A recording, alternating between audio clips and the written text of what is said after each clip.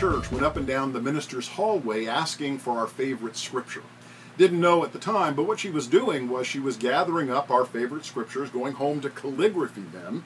She framed them, brought them back, and hung them on the wall outside our door. So every minister's office had their favorite scripture calligraphied and hanging outside their door. I thought it was a lovely idea. It didn't take me any time at all to decide what mine was. It was Romans 8:28. All things work together for good to those who love the Lord, who are called according to his purpose. That has been a precious promise that I have clung to from the very beginning of my spiritual life. But even in saying that, I know that it is a verse that is subject to great interpretation and even misinterpretation.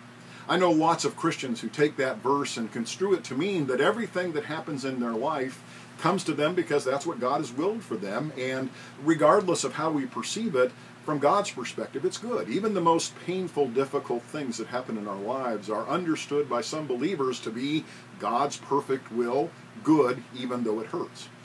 Don't believe that.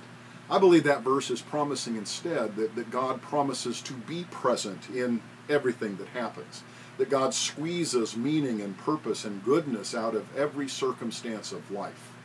Years ago, I read an article by an author in Christianity Today in which he described God as a chess player.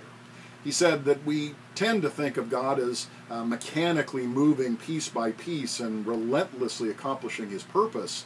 He said it fails to take into account that we are free agents as well that make our own choices. He said, think of God instead as a master chess player. We make our moves and God counters. Difference is God sees the whole board. God knows every move that will be made and counters every move, not just at the moment, but looks out 2, 3, 4, 5 moves ahead to always get his accomplished, his purposes accomplished, his good will accomplished. So, what's going on in your life this week? Where is God in that? Where is God active in the circumstances of your life?